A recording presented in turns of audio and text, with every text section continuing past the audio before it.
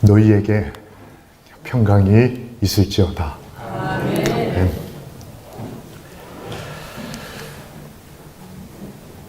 하나님께서는 말씀을 통해 이렇게 저희를 위로하십니다.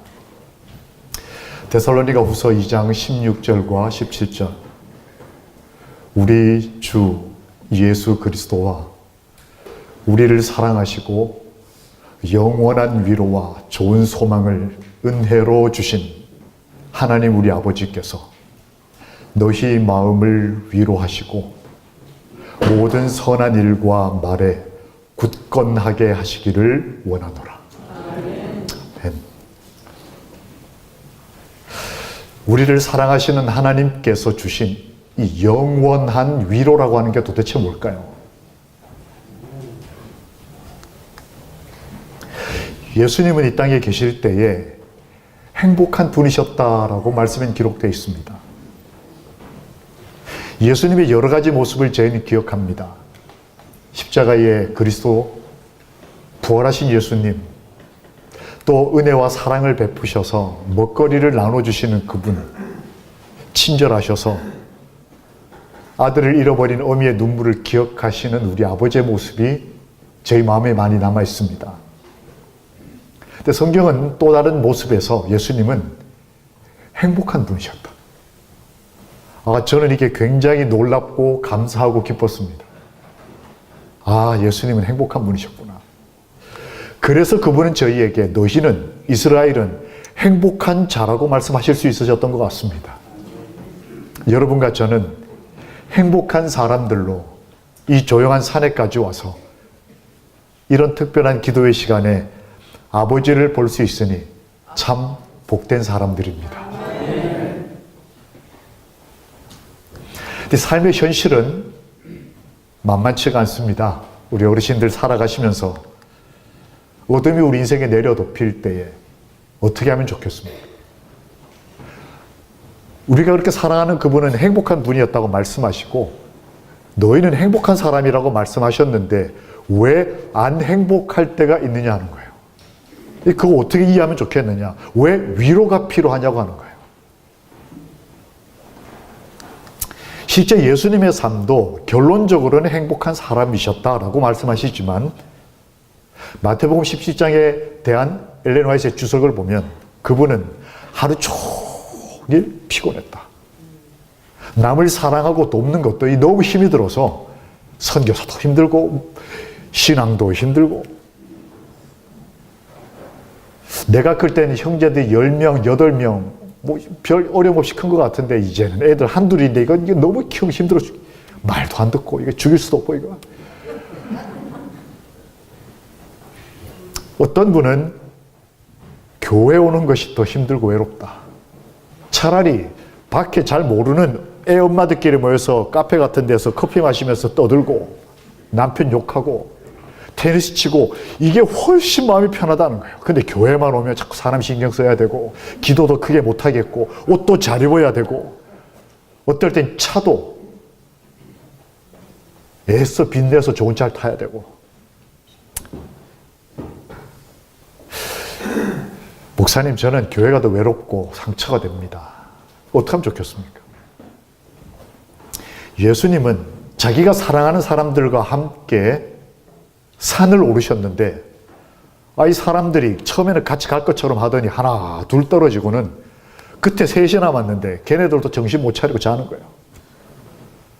혼자서 몇천 명을 따르던 그 사람들 둘째 문제치고 미국까지 가서라도 기도하겠다는 그 사람들도 아침에 정신 하나도 시차도 있지만 예수님은 외롭고 상처받은 선생이었을지도 모르겠습니다. 나를 사랑하고 나와 가장 가까운 12명의 제자들과 함께 산을 올랐습니다. 그런데 외로웠어요. 혼자 기도해야 했습니다. 시대소망에 보면 해지기까지 그는 산을 올랐다. 하루 종일 피곤한 인생을 살았지만 내 평생 50년, 60년 신앙하면서 정말 교회를 할 것 다 하고 진이 다 빠졌지만 그런데도 아직 내가 이 교회를 떠받치고 있어야 하는 이 현실을 어떻게 하면 좋을까요? 예수님도 그러셨다. 어떻게 하면 좋을까? 예수님이 이런 가운데서도 행복을 다시 찾아내시고 이렇게 회복하시고 했던 방법이 몇 가지 있었습니다. 첫 번째 방법은 산이었습니다. 왜 모세가 비스가산을 올랐을까? 왜 사가랴가 시온산을 올랐을까? 왜 우리는 이 헐몬산을 왔을까? 뭐 꼭 헐몬산이 아니지만 상징적으로 말입니다. 엿새 후에 예수께서 베드로와 야고보와 그 형제 요한을 데리시고 따로 높은 산에 올라가셨더니, 이 원래 변화산인데 사실은 이 산 이름은 변화산이 아니었습니다. 그냥 이름 없는 한 산이었어요. 높은 산이었습니다. 저희 앞에서 변형되사 그 얼굴이 해같이 빛나며 옷이 빛과 같이 휘어졌더라. 예수님이 행복하고 싶어서, 아니 행복의 그 존재를 다시 한번 우리 삶에 보여주시기 위해서 선택하신 것은 한 산이었습니다. 여러분과 저처럼 그는 자주 홀로 기도하시기 위하여 산으로 올라가셨다. 그분은 그곳에서 하나님과 교통하심으로 행복하셨다. 산을 올라가는 것 자체가 목적은 아니었습니다. 요즘 산 오르는 사람들 많으니까요. 오래 살려고, 자기 이름 남기려고. 그러나 예수님이 산으로 올라가신 이유는 하나였습니다. 행복하기 위해서였어요. 근데 그 행복의 근원이 뭐였냐면, 산을 올라가는 것 자체가 행복이 아니라 그곳에서 하나님과 교통하심으로, 기도를 통해서 하나님과 만나시는 것이 그분을 행복하게 만드는, 다시 행복하게 하는 방법이었다는 겁니다. 그분은 그곳에서 보았다라고 엘레나시 기록을 했습니다. 뭘 봤을까? 여러분과 제가 예수님처럼, 사가랴처럼, 모세처럼, 엘리야처럼 이렇게 산을, 성산을 올라와서 도대체 뭘 봐야 하는가? 예수님도 본 게 있었습니다. 시대소망 425페이지 영문에 보면 그분은 광야에서 이스라엘을 인도하던 것보다 더 광명한 영광의 구름을 보았다.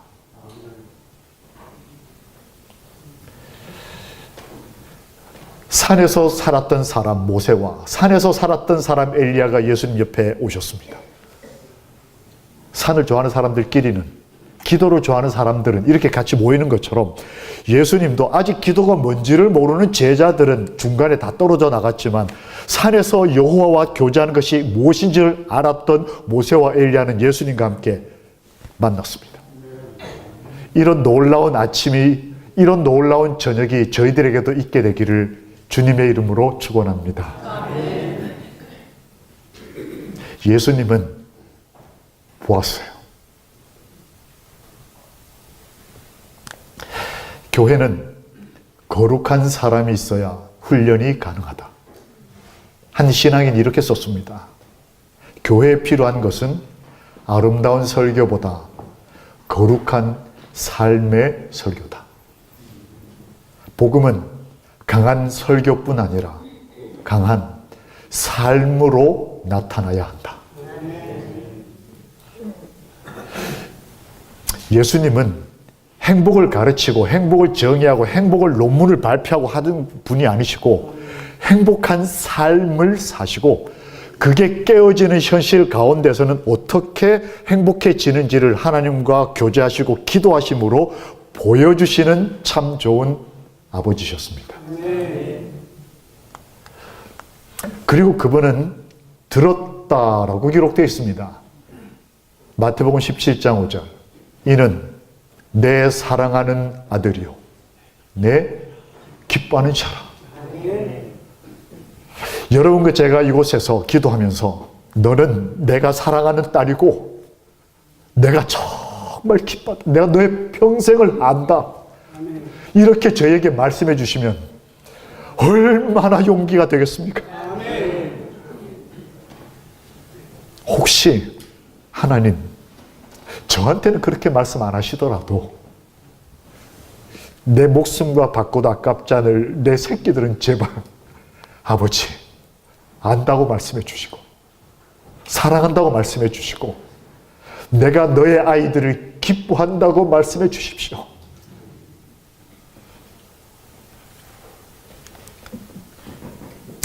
우리는 어떤 음성을 듣고 이곳에서 아버지와 교제하고 계십니까?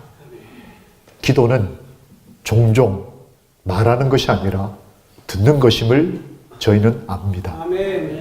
가만히 하나님 앞에 가만히 제발 말 좀 그만하고 가만히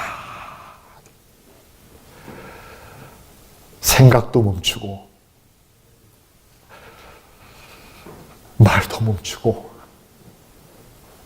더 나아가서 우리의 이 냄새나는 더러운 모든 것들을 다 아버지 앞에 펼쳐놓고 아버지를 보고 아버지를 듣는 예수님을 닮은 그리스도인.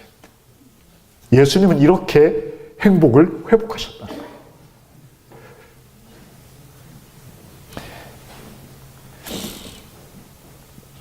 하루는 아버지께서 어떻게 사셨는지를 좀 이렇게 따라가 보고 싶었습니다. 제 육신의 아버지. 아버지는 어떻게 사셨을까? 제가 이제 목회를 시험을 쳐서 합격을 하고 목회 채용 날짜를 이렇게 허락을 받고 이제 2달이 남았습니다. 저한테 개인적으로 2달 정도 시간이 있었습니다. 그래서 2달 동안 여행을 좀 해야 되겠다. 그때 제가 이제 27, 28이었습니다. 저희 아버지도 그 나이 때에 이제 저처럼 이제 목회를 하셨습니다. 그래. 30년 전에 내 나이 때의 아버지가 어떻게 사셨을까? 그걸 좀 따라가 보면서 나도 그렇게 믿음의 열조처럼 살아야지. 저는 그게 처음에 효도인 줄 알았습니다. 나이를 좀 먹고 제 아이가 이제 22, 23이 되니까 이게 소름이 끼치는 일이라는 걸 깨달았어요. 내 아이가 내 과거를 추적한다고 한번 생각해 보십시오.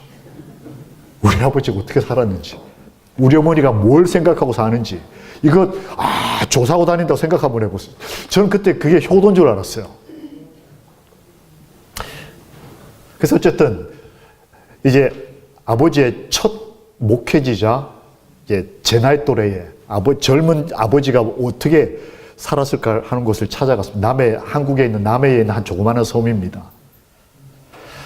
이제 거기 삼육학교가 있었는데 주중에는 저희 어머니와 아버지가 교사로서 아이들을 가르치고 삼육중학교였습니다. 주말에는 이제 전도사로 이렇게 교회를 목양하는 그런 이제 입장으로 낙도에서 무태에서 1시간 반 배로 들어가는 조그마한 섬에서 젊은이들이 신혼 부부가 이제 그리스도인 삶을 시작했습니다. 이제 거기를 찾아가게 됐습니다. 제가 간다는 얘기를 듣고 그 당시 아버지의 제자였던 분이 지금은 이제 60이 다 돼서 우체국장을 하시는 분이 계셨어요. 이제 무태 나와셔서 이분이 이제 옛날 선생님의 아들이 옛날 선생님 나이가 돼가지고 고향으로 찾아간다는 소문을 듣고는 집에다 전화를 했습니다. 아직 그 섬에 어른 모친이 살아 계셨어요. 80이 넘으신 그분의 옛날 제 아버지의 제자의 어머니가 살아 계셨어요.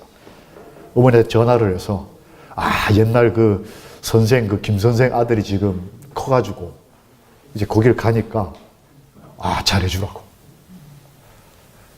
그래서 이제 제가 배를 타고 이렇게 딱 이렇게 내리니까 허리가 이렇게 굽은 할머니 한 분이 이렇게 선착장에 나오셨습니다. 제 배가 이렇게 들어가니까 저를 보고 계속. 저는 처음 보는 이게 분이죠. 그때 저는 아직 아버지 허리에 있을 때니까. 이제 내리니까 자네가 김선상 아들인가? 네. 하나 더 닮았네.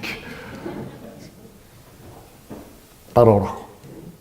이렇게 따라가니까 저기를 보라면서 이렇게 보니까 옛날 아버지가 가르치시던 교실, 그리고 교실이자 교회, 그 건물이 아직 남아있더라고요. 지금은 사용을 하지 않는데,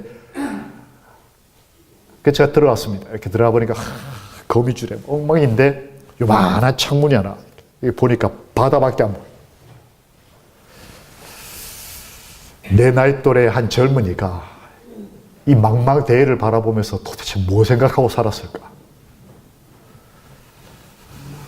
그에게도 자유가 필요하고 행복이 필요하지 않았을까? 유학이 가고 싶고, 좋은 차 타고 싶고, 좋은 옷 입고, 맛있는 거 먹으며 살고 싶지 않았을까? 뭐 생각하고 내려오는데 할머니가 이 집은 공부 1등 하던 애 집이다. 이 완전히 성지순례하는 것처럼. 이 집은 공부는 참 못하는데 낚시 잘해가지고 고기 맨날 잘 잡던 애 집이다. 하나씩 설명을 다, 이 집은 애가 도망가가지고 너희 아빠가 쫓아러 다니면서 작대기로 때리던 애 집이다. 뭐 쫙. 기분이 아주 좋았습니다. 아버지가 이렇게 사셨구나. 어머니가 이렇게 하셨구나. 그리고 이제 저녁 때가 돼가지고 이제 옛날 집이죠. 이렇게 한국 옛날 집. 할머니 이렇게 채에 계시고 마당에 그 수도가 있고 화장실 밖에 있고 그리고 사랑채 길 건너편 마당 건너편에 사랑채 있는 저는 이제 거기에 이렇게 숙소를 잡는데 할머니가 저녁을 먹으라고 하셨습니다. 제가 갔더니 이렇게 허리가 굽은 분이 이렇게 가지고 밥상 조그만한데 이렇게 밥을 가져오셨어요. 김치 요만큼 하고 공기에 고봉밥 아시죠? 이렇게 밥을 이렇게 담는 거. 고봉밥. 그리고 이만한 대접에 뭘 끓여가지고 오셨는데 딱 보니까 소고기국이었어요. 벌겋게 옛날 한국에 이렇게 벌겋게 이렇게 확 해가지고 끓인 거 있지 않습니까? 그러니까 김치 요만큼 밥 이만큼 이만한 대접에 소고기국. 먹으라고 얼마나 배가 고프겠냐 이 젊은 사람이. 내가 옛날에 우리 학부형이시죠. 저희 아버지 입장에서는 학부형이 옛날 선생님의 아들이 온다 그래가지고 그 선생님 너무 고마워가지고 우리 섬에 고기는 많은데 물고기는 많은데 뭐가 없어요? 육고기. 그분은 육고기라고 표현하셨어요. 은매고기. 이렇게 육지에 뛰어다니는 고기. 내가 섬 전체를 뒤져가지고 육고기 요만큼을 얻으신 거예요. 소고기 요만큼을. 아침부터 네가 온다 그래가지고 내가 이걸 넣고 끓여서 이거 완전히 고왔어요. 먹으라고. 제 앞에 무릎 꿇고 탁 이렇게 쳐다보시면서 맛있게 먹으라고. 근데 제가 문제가 생겼습니다. 제 아버지 어머니가 저를 어릴 때부터 목살시키겠다고 채식으로 키우셨어요. 그러니까 한 번도 고기를 먹어본 적이 없었어요. 그런데 어떻게 하면 좋을까요? 아니 다른 반찬이라도 좀 있으면 이게 이렇게 할 텐데 이분은 지금 이게 메인 메뉴인 거예요. 이게 김치나 이거는 그냥 겉절인 거 겉에다 갖다 놓은 거고 이분은 섬 전체를 뒤져가지고 이걸 가져오셨기 때문에 이거 어떻게든 해결을 해야 되는 거예요. 저는 지금 뉴스타트에서 이걸 먹어도 된다 안 된다 이거 하려고 하는 게 아니라는 거 이해하시고 들으시면 좋겠습니다. 고민이 됐어요. 목사님 어떻게 하면 좋을까? 목사님 어떻게 하시겠습니까? 먹어야지. 바로 이렇게 지혜로운 답을 주셨습니다. 이거 먹어야 되지 않겠어요? 근데 저는 계속 참 이런 사람이 목사 된 거 보면 하나님 참 좋으신 분이에요. 계속 머릿속에 부담이 되는 거예요. 정죄하는 의미가 아니고 제 개인적인 입장에서 마치 뭔가 깨지는 것 같은 이제 목회를 막 해야 되는데 안 먹어본 걸 먹어야 되니까 이게 뭔가 무너지는 것 같은 느낌이 자꾸 드는 거예요. 어떻게 이러고 있는데 왜? 양이 작고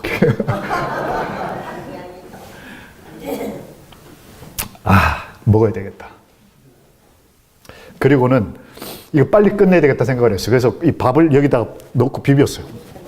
이거 빨리 먹고 끝내자. 그러고 팍 해서 근데 이게 너무 맛있는 거예요. 이게 뭐지 이게? 참 이제 중이 고기 맛을 막 어쨌든 빨리 끝을 냈습니다. 딱 내려오니까 이 할머니가 옛날 어르신들 그거 좋아하시잖아요. 뭐든지 잘 먹으면 고맙다고. 딱 내려놨는데 딱 가시더니 한 대접을 더 가지고 오시고 그래서 제가 2대접을 그리고는 밤새 설사를 했습니다. 어색한 음식이었던 것 같아요. 그래서 저는 사랑채 건너편에 있으니까 이제 할머니 방해가 안 되니까 밤새도록 화장실이 밖에 있는 옛날 집은 화장실이 밖에 있었지 않습니까? 계속 왔다 갔다 새벽 3시쯤 됐어요. 그냥 더 이상 지쳐가지고 방에 들어가기가 싫은 거예요. 이거 또 나올 거니까 싶어서 옛날 집 기억나십니까? 방문 앞에 요만큼 마루가 퇴마루라고 하는 게 이렇게 붙어 있었잖아요. 거기에 들어 누웠어요. 조금 이따 또 가면 되니까. 이렇게 누워 있는데 그 순간에 하늘과 산이 보였어요. 그 섬 바로 뒤에 산 하나가 큰 게 있는데 그 산이 보이는 순간에 낮에 할머니가 하셨던 말씀이 생각이 났습니다. 할머니가 집 하나하나 설명하시다가 끝에 가서 한 집을 딱 말씀하시면서 이 집은 너희 아버지와 어머니가 네 나이 때 살던 곳이다. 제 아버지 어머니가 살던 집이 거기 있더라고요. 근데 저는 저희 위로 누나가 하나 있고 밑으로 여동생이 하나 있습니다. 근데 원래는 제 누나 위에 형이 하나 더 있었어요. 그래서 원래 사남매인데 큰애가, 그러니까 형이 저한테는 거기서 태어났어요. 근데 이제 저희 어머니가 만삭이 돼서 아이를 출산을 하려고 하는데, 이게 할머니가 설명을 해주시는 겁니다. 만삭이 돼서 출산하려고 하는데 섬의 미신 가운데 제삿날은 피 보면 안 된다 뭐 이런 게 있습니다. 근데 저희 아버지 어머니가 새들어 살던 집 주인이 그날 제삿날이었어요. 그러니까 저희 어머니가 산통이 와가지고 애를 출산을 해야 되는데 집 주인이 와가지고는 우리 집 오늘 큰 제사가 있으니까 당신 우리 집에서 출산하면 안 된다고 쫓아냈어요. 그래서 출산을 해야 되는데 살던 집에서 쫓겨나가지고 정말 춥고 어려운 데서 비 맞으면서 아기를 낳다가 아기가 죽었어요. 그 얘기를 그 할머니가 하시는 거예요, 저한테. 그 집 앞에서. 네 나이 또래의 네 아버지와 어머니가 그렇게 네 형을 잃었다. 근데 그날 비가 억수처럼 왔는데 저희 아버지가, 제 나이인 거죠. 그 젊은 아버지가 이 아이가 죽으니까 어떻게 하지 못해서 탯줄 감아서 이게 요만한 걸 하나 핏덩어리를 쥐고 그 산에 올라갔다는 거예요. 이게 묻으려고 올라갔는데 정신없이 젊은 사람이 올라와 보니까 삽을 안 가져왔다. 그래서 맨손으로 땅을 파고 그 첫 아이를 이름도 지어놨어요. 김사무엘이라고, 하나님께 바치겠다고. 그걸 거기다 묻고 내려와서 보니까 손톱이 다 빠졌더랍니다. 이게 부모 마음이 그런 거예요. 이 새끼가 파묻느라고 이 손톱 빠지는지도 모르고 그렇게 묻고 내려왔는데 아내가 죽어가니까 이제 아내 살리려고 이렇게 하다가 안식일이 왔는데 김 선생이 앞에 와서 우리에게 말씀을 전하더라는 거예요. 그리고 학생들에게 우리 김군 어머니가 밥을 해주더라. 자기 새끼 잃어버린 상태에서 남의 새끼들에게 밥을 먹이고 다른 아이들을 사랑하는 그 모습을 보고 이 할머니가 잊혀지지가 않은 거예요. 그래서 수십 년, 30여 년이 지나고 난 다음에 그 아들이, 다른 아들이 온다는 얘기를 들었을 때 이분은 그 감사함, 내 아이를 먹여주신, 내 아이에게 삶의 희망을 주신, 하나님이 좋은 분이라고 하는 것을 알려주신,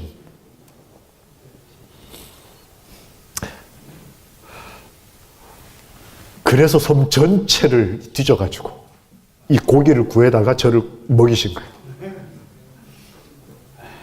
너희 아버지 어머니한테 고마워서. 그걸 제가 새벽 3시에 이렇게 산을 보다 그 생각이 난 겁니다.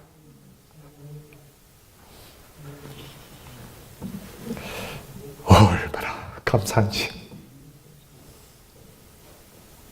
내 아버지가 기도하는 아버지. 내 아버지가 교회를 50년, 60년 지켜온 어느 교회 장로님, 어느 교회 목사님, 우리 가족과 우리 교회를 위해서 기도할 수 있다면 일본도 미국도 때로는 저 오지까지 달려가서 복음을 전하고 기도할 수 있는 그런 예수님의 마음을 가진 사람이 내 아버지라는 것을 우리의 자녀들이 볼 수 있다면, 그 아이들도 행복한 아이들이지만 사실은 우리가 얼마나 행복한 사람들일까. 그게 너무 좋았습니다. 그래서 그 밤하늘의 별을 보고 그리고 그 산을 보면서 제가 너무 좋아서 이렇게 찬미를 부르면서 이게 좀 이렇게 감정이 격했던 것 같아요. 눈물도 흘리고 이렇게 했습니다. 그래서 잠이 들었어요. 너무 이렇게 밤새 고생을 해서 지쳐가지고 잠이 들었는데 할머니가 오셔서 아침에 저를 깨우셨습니다. 밥 먹으라고. 이거 또 먹어야 돼. 이렇게 저를 갔더니 가져오신 데 보니까 온통 채소로만 이렇게. 이 사람이 죽으라는 게 법이 없나 보다 싶어서 딱 봤는데 보니까 제가 기억나는 거는 풋고추가 있었던 게 기억이 나요. 그거 먹다가 제가 매워서 울었는지 기뻐서 울었는지 눈물을 흘렸던 기억이 나요. 그렇게 막 채소로 이렇게 밥을 먹고 있는데 할머니가 제 앞에서 갑자기 무릎을 정중하게 꿇으시더니 김군, 항상 이렇게 저를 부르셨는데 김전도사님 하고 공식 호칭으로 부르셨어요. 제가 밥을 먹다 깜짝 놀라서 숟가락을 놓고 저도 무릎을 꿇었습니다. 왜 그러십니까 어르신? 그랬더니 내가 어젯밤에 우리 아들한테 전화를 받았다고. 이 우체국장 하는 아들이 전화를 했어요. 그 김 선생님 아들 잘해줬냐고. 내가 섬 다 뒤져가지고 육고기 구해가지고 해줬더니 2대접이나 먹더라 이렇게 자랑을 하셨어 할머니가. 그랬더니 아들이 하는 말이 엄마 그 집은 아들 목사시키겠다고 어릴 때부터 채식으로 키웠는데 애를 잡았구만. 그리고 이 할머니가 문틈으로 저를 밤새 지켜보셨어요. 제가 뭐 하는 게 밤새도록 왔다 갔다. 그걸로 끝이 났으면 이 할머니가 두고두고 그게 마음에 부담이 됐을 텐데 마지막에 제가 기뻐하는 모습을 보신 거예요. 내 아버지 어머니가 그 어렵던 시절에 교회를 지켜내셨다는 것이 저 같은 죄인이 목사의 삶을 살아가는 기회가 됐습니다. 어르신들이 지금 여기 계시는 것 자체가 저희 아들들에게는, 저희 딸들에게는, 이 교회의 후손들에게는 큰 빛이고 희망이고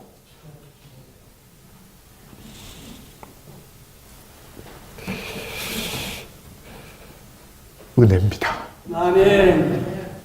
건강하게 이렇게 기도하는 모습으로 이렇게 하나님 안에서 자유롭고 행복하게 그렇게 사시다가 우리 주님 재림하실 때에 우리 아이들과 함께 우리 그분 같이 만나게 되기를 우리 주님 예수님의 이름으로 기도합니다. 아멘.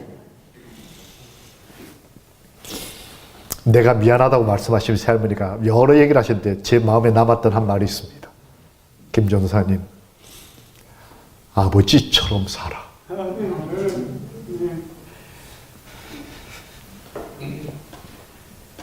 저는 그 아버지가 2가지 의미로 들렸습니다.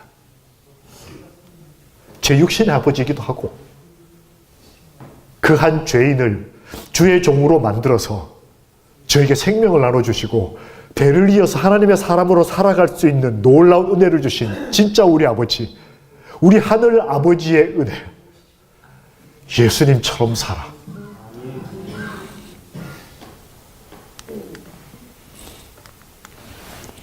내가 그를 나의 성산으로 인도하여 기도하는 내 집에서 그들을 기쁘게 할 것이며, 하나님이 저희를 성산으로 부르시고 하나님의 교회에서 진리 가운데 살도록 우리를 허락하신 것은 우리를 기쁘게 하기, 행복하게 해주고 싶어서였다는 거예요. 우리와 우리의 자녀들이 함께 하나님 앞에 행복하고 기쁘고 평화로운 삶을 살게 되기를 평화의 주 예수님의 이름으로 축원합니다. 아멘. 우리가 인류를 위한 그분의 영광스러운 이상을 명상해야 할 곳은 하나님과 함께 있는 산. 엘레나의 선지자가 재림신도에 가정에서 그렇게 썼어요. 우리가 하나님과 함께 있는 산, 그리고 뒤에 이렇게 썼습니다. 곧 은밀한 교통의 장소이다. 왜 모세가 비스가를 올랐는가?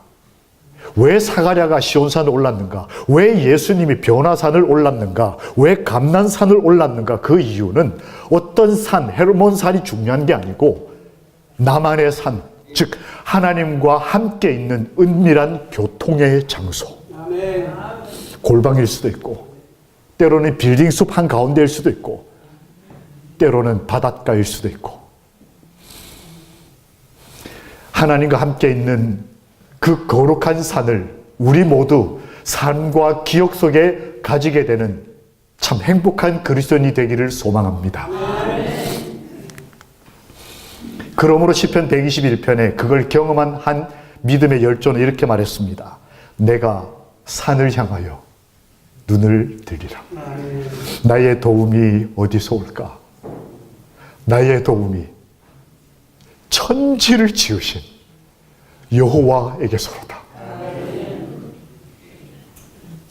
이 아침에 산을 향하여 눈을 들고 하늘과 땅을 지으신 여호와 아래에서 도움과 행복을 얻게 되는 안식일 되기를 소망합니다. 그런데 이 변화산의 이 기록을 주석하시면서 엘렌 화이트 특별한 한 표현을 하나 쓰셨습니다. 시대소망 영문 421페이지에 보면 하늘이 열리고라는 표현이 나옵니다. 저는 이거 읽다가 깜짝 놀랐습니다. 요즘 우리 교단 안에 엘렌 화이트 이렇다 저렇다. 전 아직 학문이 짧지만 같은 성경책을 놓고 여러 주석들을 갖다 놓고 읽다 보면 어쩔 수 없이 최후의 선택은 시대소망이에요. 영감의 글이에요. 이렇게 은혜롭게, 이렇게 소소하게, 이렇게 사랑스럽게 예수님의 모습을 묘사한 글이 없어요. 거기에 예수님이 산에 올라갔을 때에 하늘이 열렸다라는 표현이 기록되어 있습니다. 제가 이게 깜짝 놀랐습니다. 예수님은 열린 하늘을 가지고 계셨구나. 예수님의 행복해지는 비법 혹은 행복을 회복하는, 행복을 나눠주는 방법의 두 번째는 하늘이었습니다. 예수님이 산으로 가시고 난 다음에 산에서 누구처럼, 어떤 하나님의 사람처럼 사람을 쳐다보거나 땅을 쳐다보거나 이렇게 하지 않고 예수님은 하늘을 바라보시는 분이셨다는 거예요. 마태복음 3장 16절에 보면 예수님이 침례를 받으실 때에 성경에 이렇게 기록되어 있습니다. 하늘이 열리고 몇백 년 동안이나 계시가 끊어졌던, 하늘이 닫혔던 그 하늘을 예수께서 침례를 받을 때 예수님의 하늘은 남의 하늘하고 달랐어요. 수많은 제사장들과 수많은 장로들과 교수들과 유력한 사람들이 있었지만 그들의 똑같은 하늘이었지만 예수님이 바라보신 하늘은 열렸다. 그런데 사실 성경에 보면 예수님에게 이렇게 하늘이 어땠을까를 이렇게 살펴봤더니 다른 주석은 제가 다 뺐습니다. 빼고 성경하고 영감의 글만 딱 봤더니 예수님의 하늘은 열려 있었다라는 표현이 여러 번 등장합니다. 언제였을까요? 예수님이 산에 가셨다는 것도 좋은 모본의 하나입니다. 그러나 오늘 또 다른 아침의 주의 교훈은 그 산에 있던 하늘이 열렸다는 거였어요. 예수님께서 겟세마네에서 기도하실 때에 너무 힘들고 너무 지쳐서 그분이 혼절하셨습니다. 그때 가브리엘이 내려와서 예수님을 돕던 것을 자던 사람들이 계속 봤어요. 그때 이런 표현이 나옵니다. 그리스도의 고통의 결과로 구원 얻게 될 영혼들에 대하여 말하면서 그 천사는 그리스도에게, 지금 예수님의 머리를 이렇게 받쳐들고, 그 표현에 보면 받쳐들고 그리스도에게 열려있는 하늘을 가리켰다. 내일 십자가를 져야 하는 예수 그리스도의 그 고뇌와 그 인류의 완악함과 인류까지는 둘째 문제고 제자들의 모습을 볼 때 그 막막한 아버지의 교회가 어떻게 될지, 하나님의 사업이 어떻게 될지, 우리 가족의 미래가 어떻게 될지에 대해 답답할 때 혼절할 정도로, 그때 주의 천사가 와서 그리스도의 머리를 받쳐들고 가르친 곳은 열려있는 하늘이었어요. 내 현실은 고통과 아픔이었지만 예수님의 하늘은 열려 있었으므로 우리의 하늘도 열어주실 것을 믿읍시다. 아멘. 그리고 제가 이 하늘이 열렸다라는 표현을 이렇게 쭉 정리를 했더니 이게 뭔가 공통점이 있다는 걸 발견했습니다. 먼저 처음 하늘이 열렸다는 기록은 아까 언급한 대로 예수님의 침례 때였어요. 하늘이 열리고, 두 번째로는 아까 이 서울에서 오는 말씀 나눴던 변화산에서 하늘이 열리고, 그리고 겟셋마네에서 열린 하늘, 그리고 예수님께서 골고다에서 십자가 위에 있을 때 흑암이 그를, 하나님의 임재를 가리웠던 흑암이 하늘을 덮고 있던 캄캄한 하늘에 한 영혼이 나를 기억해달라고 회심했을 때, 십자가의 정신이 온전히 그날도 이루어졌을 때 어둠이 걷히고 한 줄기의 빛이 십자가의 그리스도에게 비추었다. 하늘이 열렸어요. 공통점이 뭘까요? 십자가였습니다. 내 하늘이 언제 열리는가? 예수님의 하늘은 언제 열렸는가? 침례 자체가 의미하는 것이 그리스도의 죽으심과 그리스도의 부활이었어요. 그런데 그 침례로 나아갈 때 요한이 예수님을 보고 만천하에 공포를 했습니다. 보라, 세상 죄를 지고 가는 하나님의 어린 양이다. 이 사람은 이렇게 죽을 것이다. 온 천하에 내가 어떻게 살아야 될지를 공표하시면서 그가 물 안으로 들어갈 때 하늘이 열렸습니다. 예수님께서 변화산에서 모세와 엘리야와 대화를 나눌 때 왜 하늘이 열렸는가? 여러분 아시는 대로 엘레나 씨는 정확하게 그 이유를 확인했습니다. 십자가를 어떻게 성공적으로 질 것인지에 대해서 세 분이 의논을 하시고, 모세와 엘리야가 예수 그리스도에게 용기를 북돋았어요. 십자가의 길을 승리할 수 있도록. 즉 변화산의 기도는 내가 변화돼서 사랑하고 뭐 봉사하고 이게 아니에요. 변화산의 변화의 은혜와 기적은 십자가를 성공적으로 짊어지기 위한 순종의 선택이었어요. 예수님이 십자가에 관련하여 그의 삶에 거룩한 변화가 일어날 때 하늘은 열렸습니다. 예수님께서 겟셋마네에 계실 때 왜 하늘이 열렸을까? 아시지 않습니까? 저희를 진리로 거룩하게 하옵소서. 그걸 위해서라면 내가 나를 거룩하게 하오니, 이걸 세자로 줄이면 십자가였어요. 내가 내일 이 기도하는 무리들을 위해서 죽겠다. 그걸 감당하기로 결정하셨을 때 하늘이 열렸습니다. 주님이 십자가 위에서 우리에게 이토록 소중하고 이토록 귀하고 이토록 자랑스러운 믿음의 이 역사를 허락하실 때, 그리고 우리뿐만 아니고 정말 희망 없는, 한 번도 착해 본 적 없는 기도라고는 그날 그 기도가 전부였던, 뭐 장황한 기도도 아니었습니다. 아버지, 저를 기억해 주십시오. 그런데 그 한마디가 예수님에게는 충분한 기도였어요. 한 영혼, 가장 가치 없고 가장 구원받기 힘들 것 같은 그 영혼이 그날 구원을 얻을 때 하늘이 열렸습니다.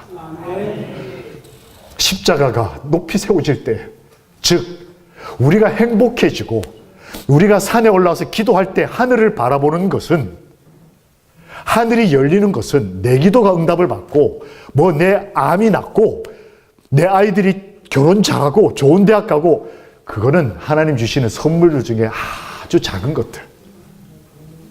진짜 하나님께서 하늘을 여실 때는 내가 이 십자가를 복종하겠다고 할 때, 내가 이 교회를 짊어지겠다고, 이 길 끝까지 가겠다고, 내가 내 아이들 어떻게든 끝까지 아버지 앞에 데리고 오겠다고 내 목숨을 바쳐서라도 이 십자가를 우리가 받아들일 그때야 비로소 그리스도의 은혜로 우리의 하늘도 열리게 될 것입니다.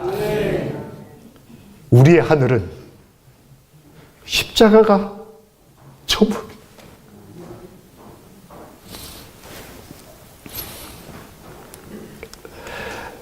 아버지가 돌아가시면서 저희 누이는 그때 아이가 없고 제가 첫 아이가 딸이었습니다. 막 돌아가시 직전에 제 딸아이가 태어났습니다. 근데 좀 일찍 태어나는 바람에 이렇게 병원 인큐베이터 안에 들어가 있었습니다. 그러니까 저희 아버지는 첫 손주니까 어떻게든 얘를 좀 안아보려고 이제 말씀을 하신 거죠. 걔 좀 데리고 와라. 근데 병원에서 허락을 안 하는 거예요. 이게 아이가 이게 아직 덜 성숙했기 때문에 이 갓난아기가 이 지병으로 이렇게 이제 그 죽음을 앞둔 환자에게 갈 경우에 많은 안 좋은 어떤 결과가 있을 걸로 이제 하게 되니까 병원에서 이게 허락을 안 하시는 거예요. 근데 저희 아버지는 야 아들 내가 그래도 손주 한번 안아보고 가야 안 되겠냐 계속 그러셨어요. 그래서 제가 할 수 없이 아는 백을 썼습니다. 가서 간호사님한테 병원 허락 말고 그냥 간호사님이 모른 척하고 아이 한 번만 좀 빌려주세요. 제 아이를 제가 빌리는 거예요. 좀 빌려주세요. 그랬더니 왜 그러냐고. 우리 아버지가 언제 돌아가실지 모르겠는데 한 번만 좀 이렇게 안겨드리고 싶다 했더니 알았다고 데려가라고 해서 이렇게 몰래 내주셨어요. 그거를 데려다가 이제 배가 이만큼 이렇게 부른 복수로 배가 찬 저희 아버지한테 뼈밖에 안 남으셨었는데 아들이 무슨 짓을 해도 재롱을 해도 웃지 않던 아버지가 손녀딸 안고는 너무너무 행복해 하시는 거예요. 이야, 이게 생명을 이어간다는 게 이런 거구나. 그리고는 어떻게 몰래 또 갖다 놨습니다. 그랬더니 아들 한 번만 더 또 가서 한번 훔쳐가지고 와가지고 또 한번 보여드리고 또 갖다 놓고 아들 갔다 와라. 또 한 번 가가지고 3번을 한번 안아보고 제 아버지 돌아가셨어요. 근데 돌아가시면서 이제 유언을 하시다가 끝에 이런 말씀을 하셨어요. 뭐 다른 여러 가지를 하시다가 야 아들 내 평생 소원은 손자 안아보는 거였다. 근데 저는 첫애가 여자예요. 한국 어르신들 왜 그런 거 있지 않습니까? 아들이 저 독자이기 때문에 이제 독자 대류여가는 굉장히 중요한 문제였어요. 나는 손자 한번 안아보고 죽는 게 소원인데 너 아무래도 내가 먼저 가야 될 것 같다. 나중에 꼭 아들 낳아라. 저는 성공했습니다. 아들 낳았습니다. 근데 그 다음 말씀이 뭐였냐면 그놈 꼭 하늘에 데려와라. 그놈 못 데려오면 너도 오지 마라. 그 말이 내내 마음에 남았어요. 너 아들 낳았다며. 너 누구 전도해가지고 뭐 친척 침대 줬다면서. 너 누구 어떻게 해가지고 너 누구 전도해 가서 누구 구원했다면서. 그 사람 지금 어딨냐? 넌 기도하러 여기 미국까지 왔는데 너 아들 지금 어딨냐?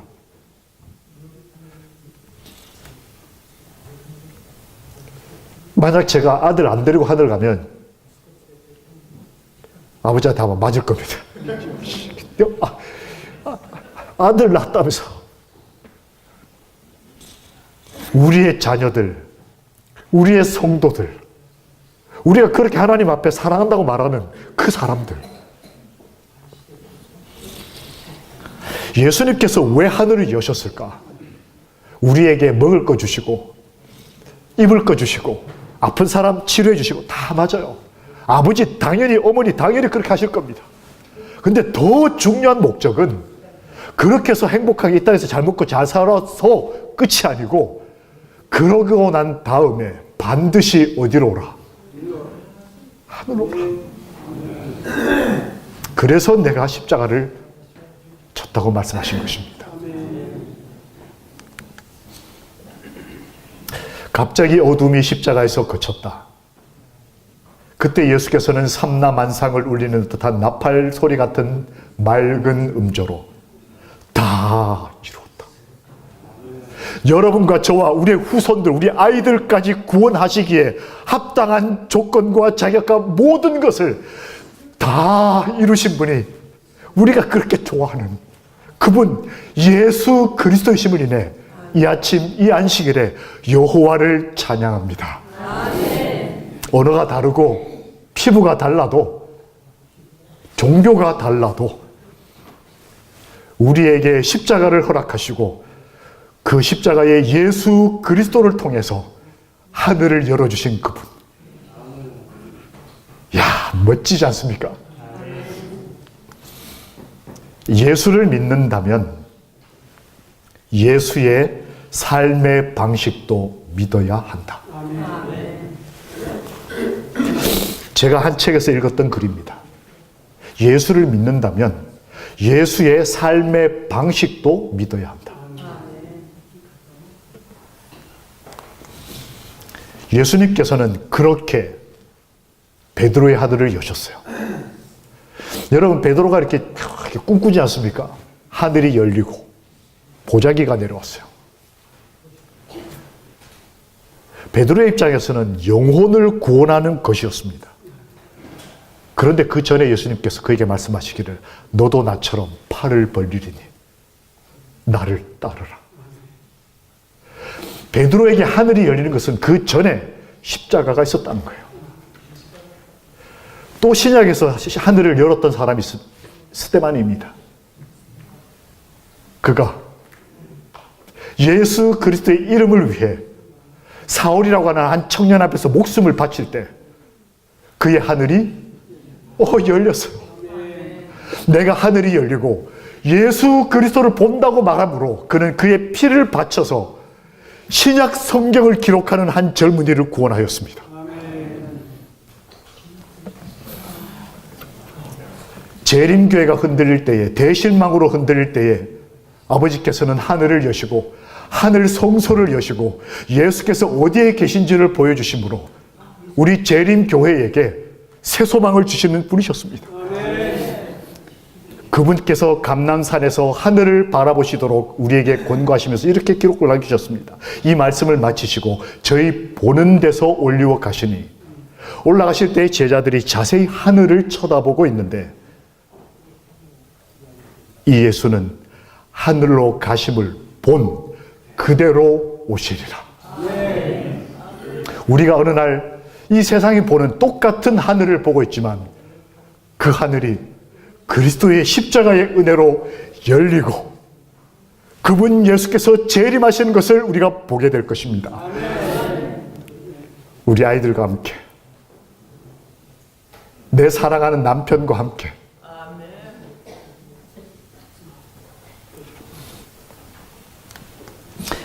예수 그리스도께서는 약속을 주셨습니다. 내 하늘만 열리는 것이 아니라 요한복음 1장 51절에서 말씀하시기를 하늘이 열리고 천사들이 오르락 내리락 하는 것을 너희가 보리라. 막연한 내 중심적인 신앙과 신학에 의한 믿음보단 성경에 근거하고 내 삶에 함께 하시는 하나님의 은혜 가운데서 우리 믿음의 열조들의 하늘을 여셨던 그분께서 우리의 하늘도 여실 것을 기대하며 저 동편 하늘을 바라보는 믿음의 사람들이 되기를 예수의 이름으로 축원합니다. 아멘. 하늘이 열리고 보리라고 말씀하신 주의 말씀을 믿읍시다. 열려있는 하늘이란 살아계신 하나님의 임재의 상징을 의미했습니다. 시대소망 331페이지에 이렇게 기록되어 있습니다. 하늘이란 그리스도를 통하여 끊임없이 하나님께 가까이 나아가는 것이다. 하늘이란 그리스도를 통하여 끊임없이 하나님께 가까이 나아가는 것이다. 우리가 천국의 복락을 오래 누릴수록 더욱더 풍성한 영광이 우리 앞에 열릴 것이며 하나님을 알수록 우리의 행복은 증대할 것이다. 하나님을 알수록 우리는 행복한 사람이 될 것이라고 하나님이 말씀하셨으므로 우리 하늘을 바라보고 열린 하늘 가운데 십자가를 보여주시는 그분의 은혜 가운데서 행복한 그리스도인, 행복이 무너지고 깨어졌을지라도 다시 예수님의 은혜로 그 행복을 회복할 수 있는 그리스도인, 우리의 사랑하는 아이들에게 열린 하늘을 보여줄 수 있는 그리스도인.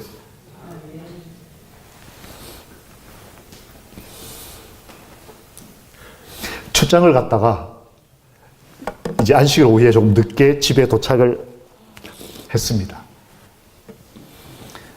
집에 들어갈 때는 이제 습관 중에 하나가 문을 이렇게 띵동하지 않고 갑자기 벌컥 열면서 아빠다! 이렇게. 그러면 아빠하고 멀리 떨어져 있던 애들이 멀리 이렇게 하고 있다가 와! 하고 쫓아와서는 아빠가 이렇게 만나는 그게 너무너무 좋았습니다. 그래서 애들이 이제 초등학교 어릴 때 그거 이제 그 맛에 들려가지고 가면 어디 출장 갔다 오면 이렇게 온다는 얘기를 안 하고 갑자기 와서 이렇게 아빠다! 재림했다! 아이들이 와! 아이들 쫓아가지고 막 이렇게 뛰어서 목에 매달리고 가면 그게 그렇게 피로를 다 잊어버리고 이제 그런 걸 배워가는 초보 아빠의 시절이었습니다. 그날도 오면서 그거 하려고 문을 열고 아빠다! 했는데 통! 집에 아무도 없는 거예요. 제가 집을 비울 때는 느낌이 별로 없었습니다. 난 하나님 일을 하니까 당연히 아내와 아이들은 집에 있어야 되고 지켜야 된다는 게 근데 아내와 아이들이 없으니까 얼마나 겁이 나는지 허전하고 야 이거 집을 비우는 게 이런 거구나. 이제 이렇게 기다리면서 우리 기다리다 오지라. 참 이 재림이 더뎌지면 참 답답해 죽겠다. 저녁을 먹어야 되겠는데 이게 오기가 나서 밥을 먹기가 싫은 거예요. 내가 출장을 갔다 왔는데 하나님 사업을 하고 왔는데 아내가 당연히 밥을 차려줘야지. 나이는 젊은 게 생각은 완전 옛날 생각. 그러니까 내가 밥을 차려 먹는 게 너무 싫은 거예요. 화가 나니까. 그래서 이제 걱정되다가 이게 화로 바뀌었습니다.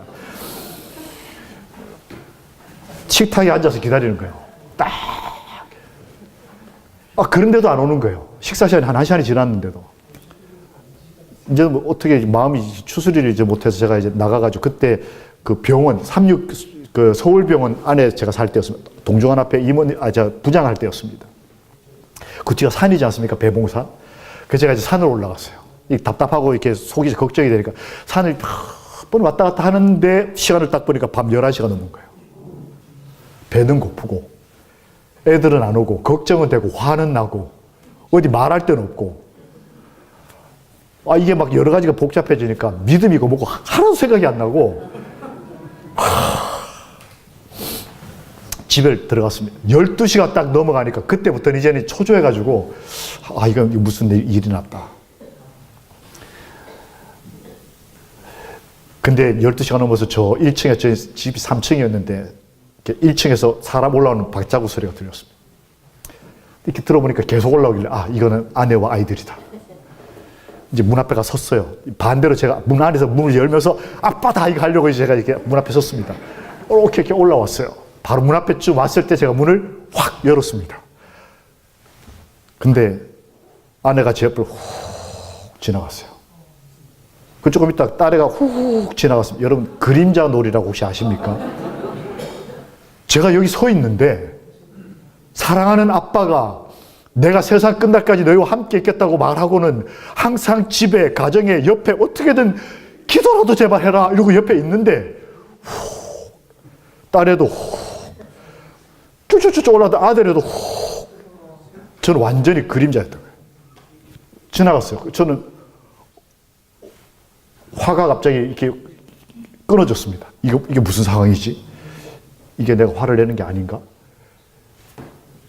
딸아들한테 집에 방이 3개입니다. 안방이 있고 딸방, 아들방이 이렇게 있었는데 원래 이렇게 뭐 안방으로 아내는 가고 딸은 딸방으로 가고 아들방 가야 되는데 셋 다 쭈루룩 따라서 딸방으로 들어가더니 애 엄마가 딸 침대에 딱 누우니까 애 하나가 여기 눕고 하나가 여기 눕더니 딱 끌어안고는 그대로 콜 고면서 자는 거예요. 거기까지 시간이 한 5분도 안 걸렸습니다. 옷도 벗지 않고 그냥 뚜루룩 들어가서는 그냥 그대로 딱 눕더니 애들 그냥 엄마 앞에 이렇게 탁 안기더니 그냥 그대로 잠이 들었어요. 저는 그 문을 잡고는 화가 나가지고 문을 세게 닫아볼까? 꽝! 끝도 없고 열어볼까? 확! 나 배고파. 아무 답도 없고. 다음날 아침까지 제가 잠 한숨도 못 자고 참고 아침 식사가 됐습니다. 아내를 보니까 표정이 좀 이상해서 막내한테 물었습니다. 수민아, 어제 어디 갔다 왔냐? 아이가 밥을 막 먹다 숟가락을 탁 넣더니 아빠, 나 어제 죽을 뻔했어. 뭐 웃으면서 얘기를 하는 거예요. 죽을 뻔했다고? 뭐 어떻게 죽을 뻔했는데? 어제 우리가 강에서 놀았는데 안식 오후에 이제 청소부장이 출장이 많으니까 아내가 이제 그 근처 교회에 패스파인더 활동을 했습니다. 안식 오후에 아이들 어린 부모들이 그룹을 져가지고 아이들을 데리고 야외로 나가서 이런 곳에 와서 이렇게 이제 그 패스파인더 활동을 하는 거예요. 근데 그날은 그게 강이었습니다. 강에 와서 강둑에 어른들은 자리 펴고 먹을 걸 가져와서 이렇게 서로 먹으면서 대화 나누고 애들은 강 안에 들어가서 이렇게 놀고, 강 물높이가 뭐 무릎도 안 되는 아주 얕은 곳이었어요. 그러니까 애들은 강 가운데서 놀고 부모들은 강둑에서 이제 얘기 나누면서 안식 오후에 아주 즐거운 안식일을 보내고 있었어요. 근데 갑자기 물이 차올라오는 거예요. 알고 봤더니 거기서는 보이지 않는데 거기서 조금만 가서 이렇게 꺾어지면 그 바로 뒤가 댐이 있었어요. 이 댐은 정기적으로 물을 하류로 방류를 합니다. 뭐 전기를 발전하고 뭐 여러 가지 이유로. 근데 댐은 항상 방류를 할 때에 30분이나 얼마 전에 사인을 보내요. 사이렌 엥 하든지 뚜뚜뚜뚜뚜 하든지 조금 있으면 물을 내려보내니까 하류에 사람들 다 뭐 하라? 피하라. 대피하라. 안전한 곳으로 가라고 사인을 보내는데 애들은 들었어도 그게 무슨 뜻인지를 몰랐고 어른들은 먹고 마시고 시집가고 장가가느라고 이 라오디게아 교회가 아무런 노크 소리를 못 들었어요.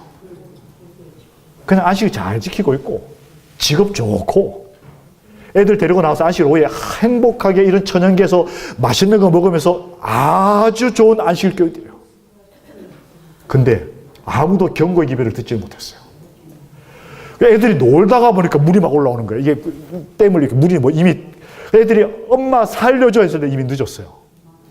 아이들이 놀고 있던 곳이 강 가운데 조금 높은 곳이었는데 오히려 강 가 쪽으로 가는 곳이 깊어가지고 부모하고 애들 사이에는 물이 이미 넘어서 부모들이 아이들을 구하러 들어올 수가 없었어요. 그러니까 부모들이 뭐만 하냐면 소리만 지르는 거예요. 나오라고. 자기는 못 들어오면서 우리 아이들한테 하나님이 정말 좋은지는 보여주지 않으면서 교회 나오라고만 소리를 지르는 거예요. 애들이 볼 때 교회는 한 매력도 하나도 없고 행복하지도 않고 엄마 아빠 사는 거 봐서 별로 즐겁지도 않고 세상이 훨씬 재밌는데 그 부모들이 밖에서 소리만 지르면 너희도 그리고 119에다 전화만 하는 거예요. 그 얘기를 저희 아이가 웃으면서 얘기를 하는 거예요. 오휴, 제가 산에 있는 동안에 배고파서 화냈다가 외로워서 열받았다가 이거 자기 감정에 몰두해서 그러고 있는 동안에 아내와 애들은 사경을 해낸 거예요. 제가 그래서 어떻게 되냐 그랬더니 아빠 물이 막 올라오는데 너무너무 재밌어서 이러니 철이 없어가지고 한 6, 7살쯤 됐을 때 그래서 엄마가 내 손 잡고 탈출했다는 거예요. 거기를. 저희 아내는 마침 다 부부로 이렇게 거기 이제 와 있는데 저는 출장가가 없으니까 자기 혼자 과부처럼 이렇게 앉아 있으니까 좀 어색했나 봐요. 그러니까 저희 아내 혼자 마침 아이들 노는데 같이 있었어요.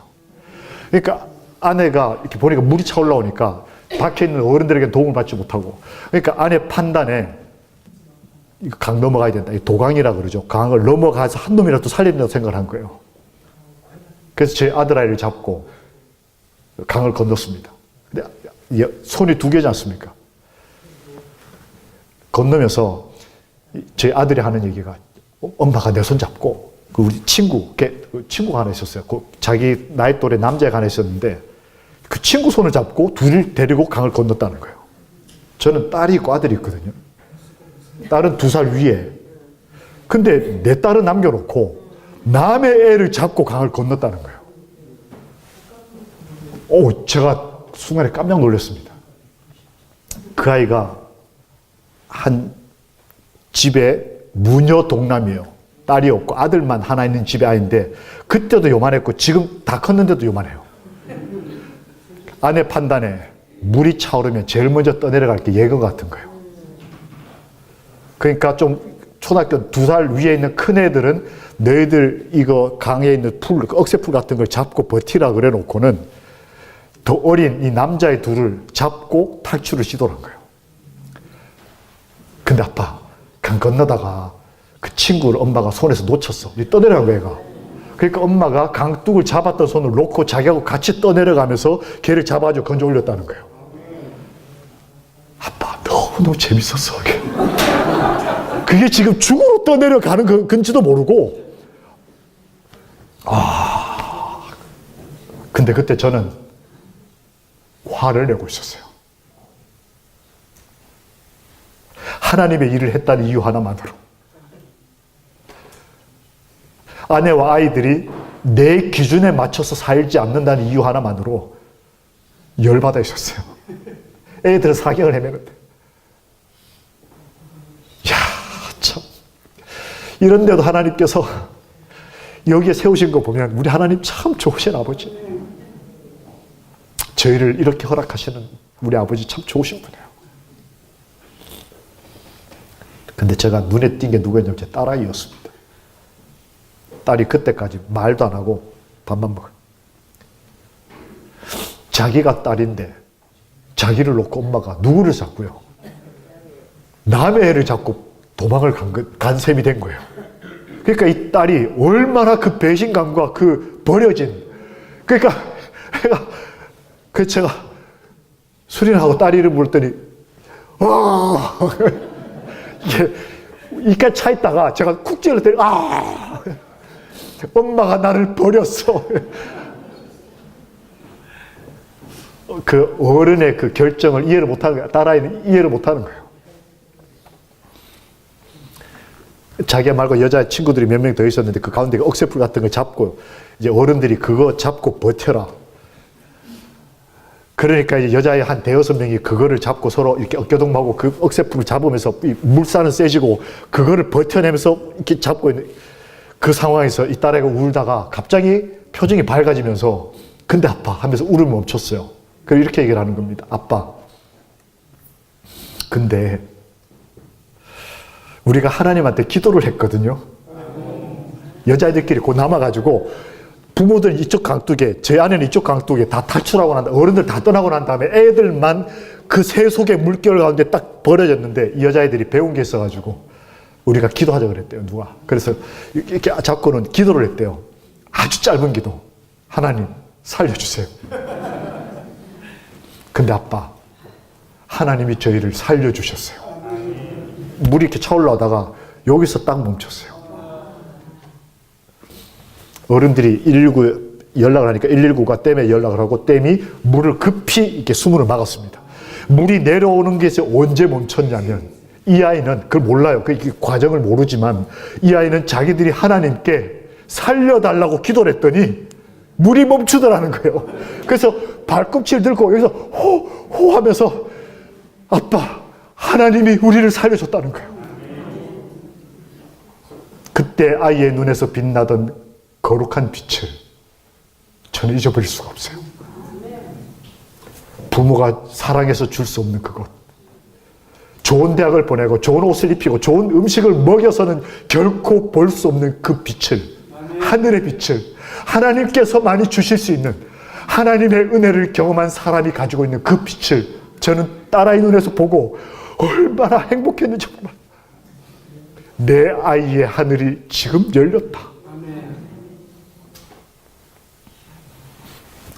행복하다는 게 뭘까?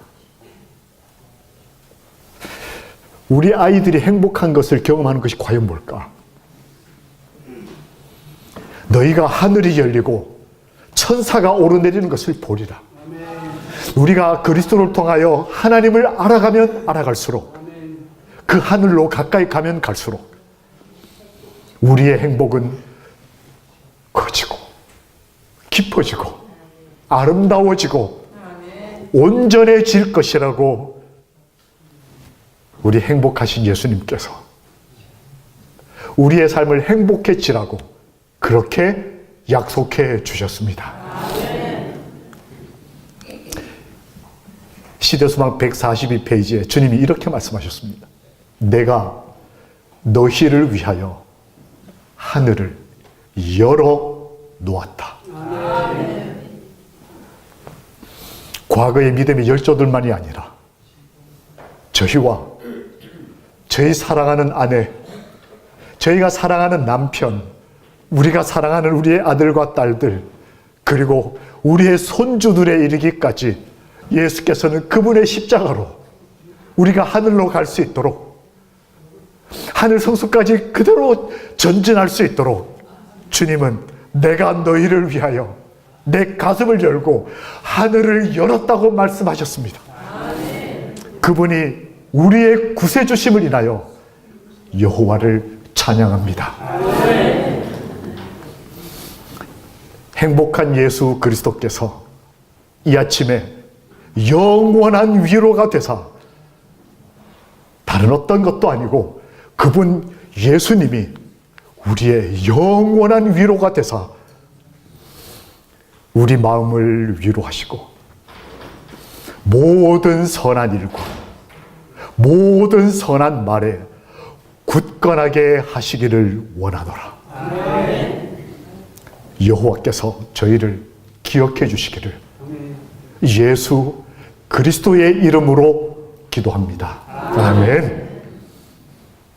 이 안식일 아침에 우리와 우리의 가족의 하늘을 열어달라고, 그 열린 하늘을 통해 십자가의 예수 그리스도를 보고 우리 모두, 우리 가족이 행복할 수 있도록, 가족이 오신 분은 가족끼리, 혹시 외롭지만 내 가족을 대표해서 하나님 앞에 서신 분은 그렇게 가족의 이름을 가슴에 새기고 우리 가족의 이름으로, 교회의 이름으로 하나님 앞에 기도하고 이 아침을 열겠습니다.